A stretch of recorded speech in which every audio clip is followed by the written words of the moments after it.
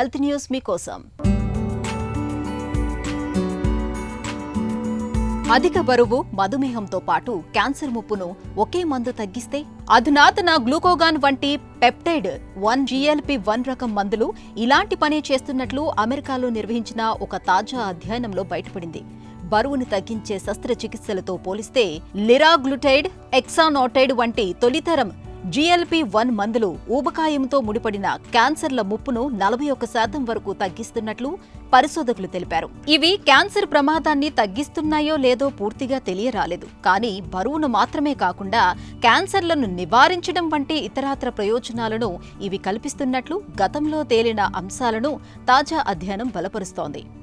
Semaglutide, టిరిజెపిటైడ్ వంటి కొత్త తరం GLP-1 మందులు మరింత ఎక్కువ సమర్థంగా క్యాన్సర్ ముప్పును తగ్గించే అవకాశం ఉందని పరిశోధకులు భావిస్తున్నారు.